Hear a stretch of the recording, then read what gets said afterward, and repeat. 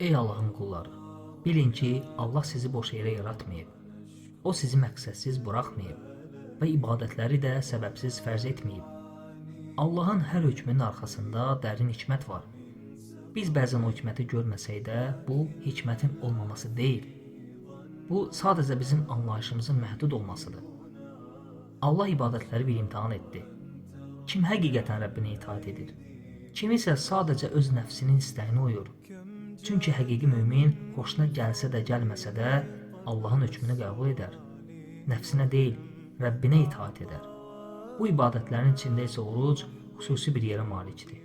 Çünki oruc insanın sevdiyi şeyləri, yeməyi, içməyi, şəhvəti tərk edərək Allahı seçməsidir. Və insan yalnız daha böyük olan üçün sevdiyini tərk edər. Oruc bizə öyrədir ki, Allahın razılığı nəfsin istəyindən üstündür. Oruc qəlbi oyadır.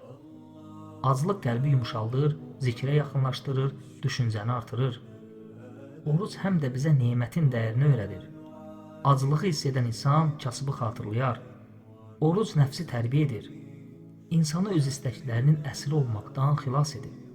Təkəbbürü qırır, təvazökarlıq gətirir, hətta şeytanın təsirini belə zəiflədir. Çünki aclıq şəhvəti sakitləşdirir. Buna görə oruc təkcə bədəni deyil, qəlbi də təmizləyir.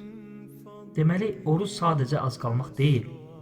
Oruc Allaha itaətin, təqvanın və həqiqi bəndəliyin məktəbidir.